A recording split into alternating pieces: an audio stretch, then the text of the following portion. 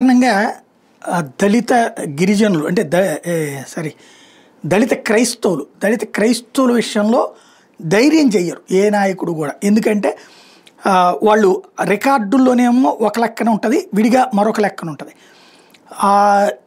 కేసులు మాత్రం SC ST కేసులు పెడతారు, వాళ్ళు మాత్రం క్రిస్టియానిటీతోనే ఉంటుంటారు.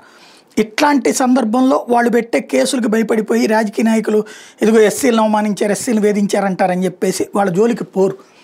కానీ అలాంటి వాళ్ళకి సంబంధించిన యాక్టివిటీలో తెగించేస్తున్నారు రఘురామకృష్ణరాజు. ఓ రకంగా చెప్పాలంటే తాజాగా పశ్చిమ గోదావరి జిల్లా ఉండి మండలం పాములపర్రులో చోటు చేసుకున్న ఘటనల మీద బుధవారం సాక్షి దినపత్రికలో కథనాల మీద రఘురామకృష్ణరాజు సీరియస్గా స్పందించారు.